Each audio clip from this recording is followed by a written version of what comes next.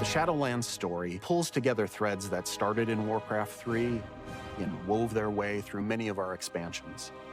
We approached it like a drama in 3 acts. Now, as the third and final act begins of the saga, we need to stop the jailer from reaching his ultimate goal, which is to rewrite the rules of reality. The last patch Eternity's End serves as the final Warcraft. chapter of one book of the Warcraft saga. I'm watching it. Let's see. The jailer has the advantage. He has seized the sigils of the leaders of the 4 covenants. We see Sylvanas realize that she's been a pawn in the jailer's game this entire time, and she refuses to serve him, and she's taken prisoner. The jailer is able to open a portal to who knows where, taking Anduin with him. And the Primus had us take some time to retrieve some new sigils. Now we have gathered our forces. We are working with the Primus to open our own gateway to pursue the jailer to this realm unlike any we've seen before. The Primus opens a portal, and we come into this alien land. It's completely white, foggy. We're walking on water for some reason. They can only make out some shapes, some figures there, some crazy devices and consoles. Eventually, you make your way to a giant gate, and behind it lies Zereth Mortis.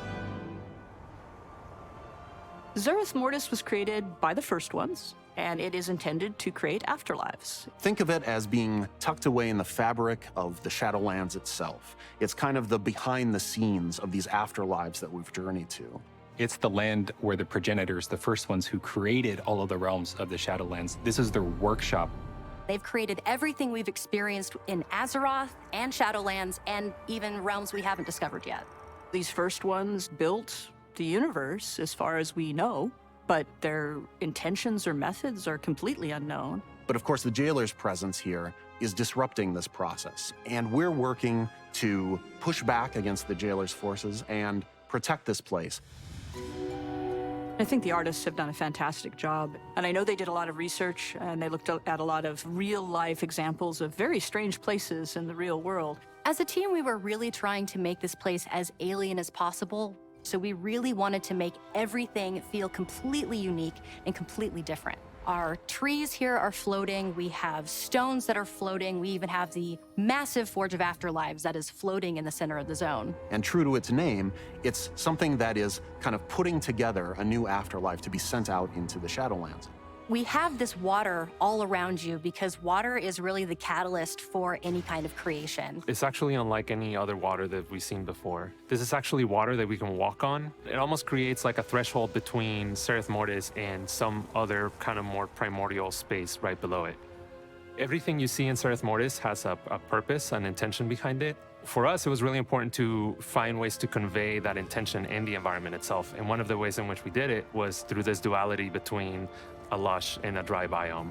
In the dry biome, we see perhaps what the original look of the zone was when the progenitors were first establishing this workspace for themselves. And in the lush biome, we see the result of their experimentation with plant life and fauna and things like that. These are all test beds for what we'll eventually see elsewhere. From there, we started thinking about what kinds of creatures would be in this place that are fundamentally prototypes. There's terraforming here. There's creatures that are building afterlives. We tried to really stretch and think what that might be like. My personal favorite includes the giant armored snail, and we also have a progenitor chicken, which answers the question of what came first. These first ones who crafted Zereth Mortis, what they left behind were the Automa, meant to take care of the place and make sure that it fulfilled its function to create afterlives. The Automa have several different classes, and you can see this in their silhouettes. We have the builders, we have the protectors, we have the casters, and each one of them have a specific role within the Shadowlands. And then you'll also discover the Jiro, which are a part of the Automa. They're a little more quirky, they have a little more personality, they are a little more sentient than the other Automa, so some of them even split off to pursue their own desires. Unfortunately, when we found our way in, Is she saying Automa and she's meaning to say Automa? No, that's probably what they're called, is Automa. God, I really hope that she's just pronouncing it correctly. Ours also found their way in. They are ravenous. They're consuming this weird energy, and it's causing them to mutate and to fall apart. And the Automa, where they are confronted by them, some of them are fighting them off. And so it's going to take some time for them to understand that we're here trying to help them drive out this threat. Fortunately, we've got some allies. There are some enlightened brokers here that we're going to be working with. But it's a broker that arrived here quite a long time ago and has had a change of heart from looking at the world as a very transactional place to seeing this place as a holy place, a sacred place. We meet an enlightened one named Fareem, and Fareem needs our assistance, and in return, he leads us to Haven, which is a hub that has been created out of progenitor ruins, and this is where the enlightened really have made their home. Haven serves as our foothold here, as well as use it as a base of operations and really start unlocking the mysteries of this land. The enlightened brokers are intent on protecting and preserving the work of the first ones here, but now they're seeing Zoval bring his forces against the Atoma and tear up the land, and they are eager for assistance. The brokers themselves are very ostentatious, they're very into materialism, but the enlightened are not that at all. They have relinquished this material way, and you'll see this reflected in their clothes. They're a little tattered, they're a little faded, because it just isn't important to them anymore. They're just here for the pursuit of knowledge. When players arrive, I think that I've grown to realize that probably showing off stuff like this in advance is probably the wrong move. You know what I mean? Yeah. Like, after experiencing what Final Fantasy does, I kind of feel like what they're doing right now is giving us time to think and criticize it, and then once it actually does come out, it'll have less of an impact than it actually would. And instead of us experiencing it firsthand, it's going to be like, we already see a lot of the stuff, and we already have our own impressions of it. Like you've already said, it doesn't look that good, right? But if this just came out and we were in the game, right? We probably would have a different opinion. We'd be in it. The story would probably be a little more fleshed out. Go ahead. Sorry. Well, does Final Fantasy have PTR? Nope. Right, because they don't need it. They do personal PTR. They have like a really good like rating team in their own like thing. They don't need like raid testing or anything like that. Right. And see, I think that's one of the major differences between, well, as far as development is concerned, Right. between WoW and Final Fantasy. Like, they rely on the community, but they still don't listen to the community. Yeah. And I'm just like watching this, like all the I got way too used to like the graphics and the fine-tunement of Final Fantasy that I see what WoW is doing. I'm just like, no. Like, this is awful. Oh, that it's sort of like we're kind of getting soft spoiled. You know what I mean? Like, we're getting kind of soft spoiled on what's going to happen. And now that I've played Final Fantasy, I feel like I don't really want to know what's going to happen anymore. I want to see it like as it comes out. I want to see it firsthand. Right. And what they're doing right now is literally just soft spoiling stuff. I want to see all this stuff for the first time for myself. Like, I feel I haven't looked much into Endwalker because I haven't, or I just today finished all of Shadowbringers, and so I don't know. Like, I may want to look into the new classes or the new jobs, but that's about it. Like, I don't want to go and learn everything there is to know about the Endwalker story. And from what I hear, that's all they tell you about. That's literally all they tell you is like, hey, here's the new classes. Here's what they do. And they, like, all the stuff that I saw for Endwalker was just like dudes hitting target dummies. That's it. they're kind of fishes out of water. And one of the first things that we have to do. That's an appropriate way to go. Yeah. Is start learning how to communicate with the Automa. Think of it as a kind of runic language based in symbols. We will bond with a small construct who's pretty cute, actually. And with his assistance and the assistance of Fareem, We will learn eventually how to understand the symbols through the cipher of the first ones. We'll uncover different parts of this alphabet and start to learn more about the progenitors and Zereth Mortis itself. It will allow you to unlock new and different forms of content. So that can range from daily quests to new options on the vendors to places to explore and new side quests that open up. So it's really the gateway to exploring the far reaches of Zereth Mortis. As we looked into the development of Cipher of the First Ones, we wanted something that was unique that players haven't seen before. A little bit of familiarity, but something that takes that to the next level. We really involved the whole team in this creative process. We worked with our UI team to be able to represent those through text, through these things talking and seeing them on screen in chat bubbles and in our chat window. Little by little, these kind of runes start taking shape into words that we recognize. But it's going to be a process that unfolds over the course of playing through Eternity's End. The Automa speak in this kind of musical language. They don't talk the way that we mortals are used to speaking. The sound team was super excited. They jumped in, they started prototyping all kinds of different sounds. We listened, we gave feedback, and we really ended up in a cool place. As you're playing through and gradually unlocking the language, you'll be able to see those words that they're saying, but still hear those tones.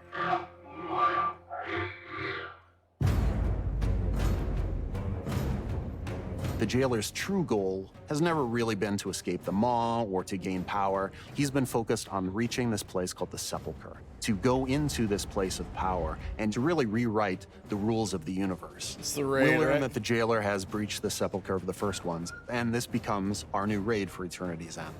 We're going to gather our forces, we're going to pursue the jailer inside. Once you go inside the Sepulchre, there's some mind-blowing visuals. This is a place that should not be able to exist according to the laws of physics as we know them on Azeroth. Just looking out into this impossible sky of seeing these ancient works of the First Ones, those laws don't apply to anything we see here.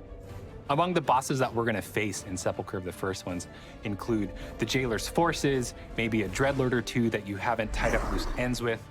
We'll face a consular. This is similar to a being like Algalon, but the jailer's gotten to it and has infused his domination magic into the consular. Before we get to the jailer, however, we need to get to Anduin first. Our hope is that we can learn whatever Anduin knows about domination magic.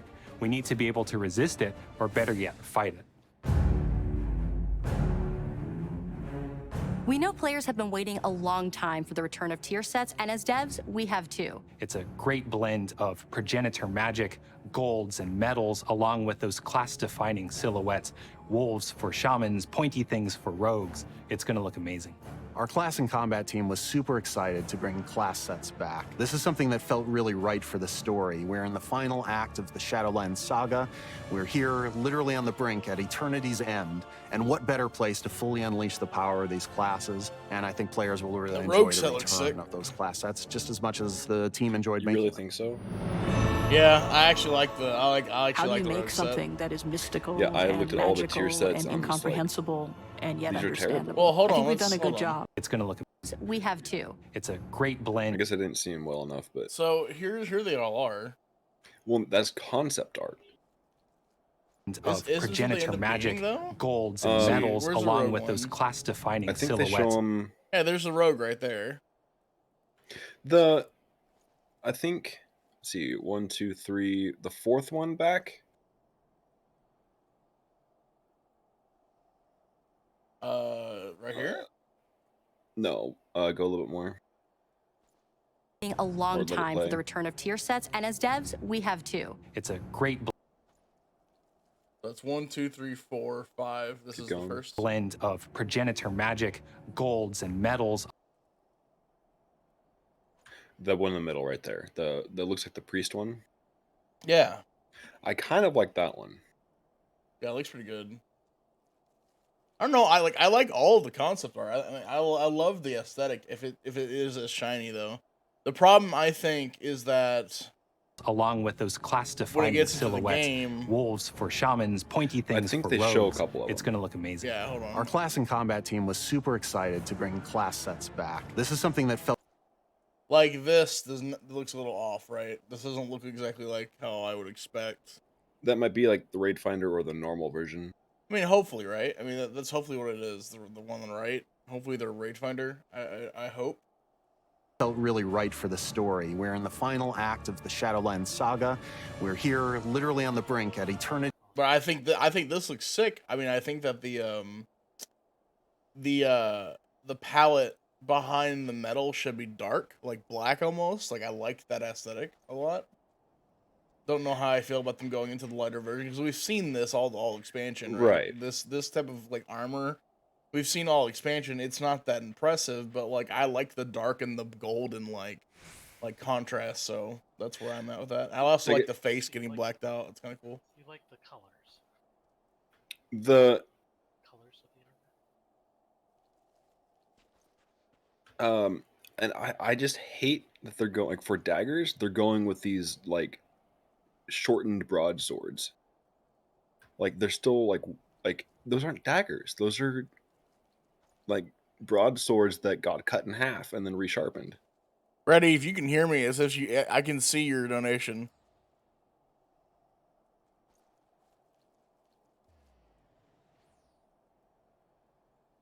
Well, got cut in half. I'm sorry. Say it one more time. Brady was messaging in the chat. Okay, so those are daggers, right? Yeah. So those just look like they're broadswords that got cut in half and resharpened. They look like energy blades. But like yeah, but like they're way too thick to be daggers. Like that's Yeah, they've been doing that a lot lately, though, right? Or like Yeah. everything they make is pretty thick. And that I don't know. I don't personally like that. Right.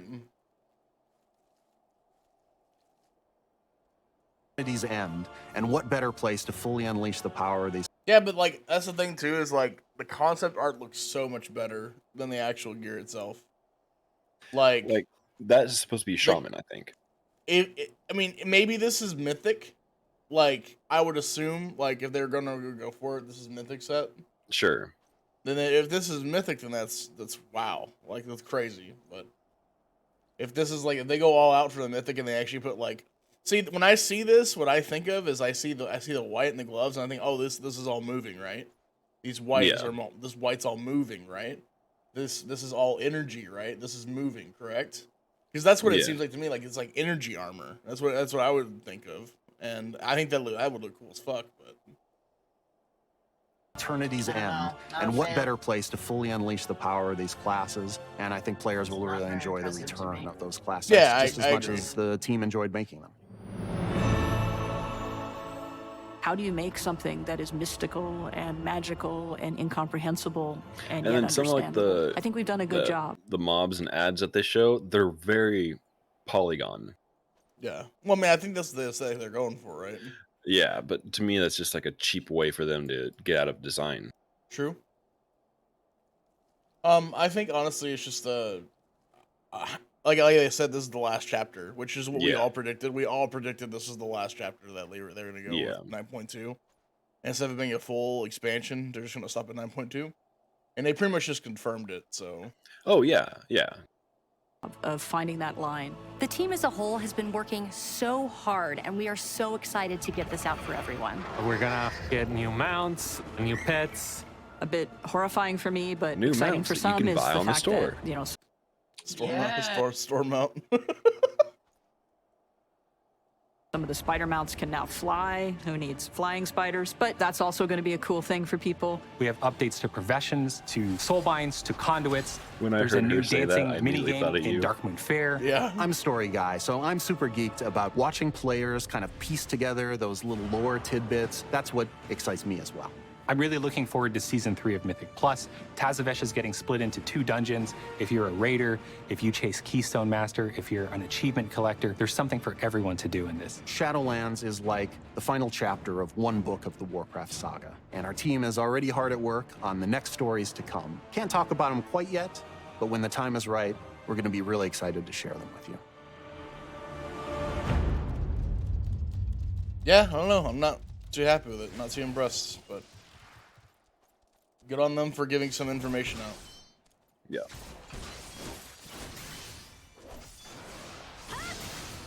Well, is it though? Because you're saying it would be better if they didn't. Yeah, I mean, they should. I mean, I like. Here's the thing, right?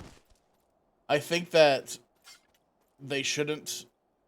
After this, probably right now, it's probably a good idea because everyone's been cramming for some stuff. But they probably should have just came out and said, "Hey, look, you know, we want to do this. We're gonna be doing this. Here's what's going on. This is in development. We're ready to go. We don't want to spoil it for you." I think I would accept that more than I would accept, you know, not having any communication at all. But I do think that showing this kind of stuff is bad overall. I think that it does hurt the game.